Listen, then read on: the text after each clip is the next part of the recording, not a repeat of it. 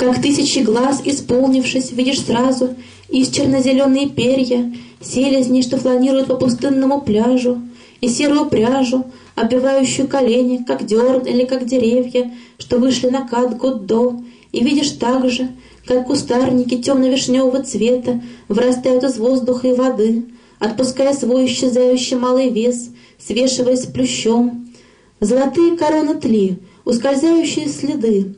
тающие в безвидных холмах небес воспоминания лета, оставляют тебя ни при чем. И видишь все в том же прекрасно унылом пейзаже, плесневелые булки древесных грибов на стволах,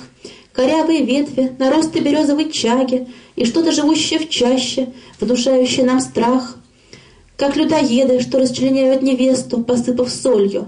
как карлик в стеклянной горе за дрекольем, как тень в зеркалах. И видишь животных, беременных смертью своею, и растения, что разоряют впустую семя, и как осенние жиголки жалят коров и коз,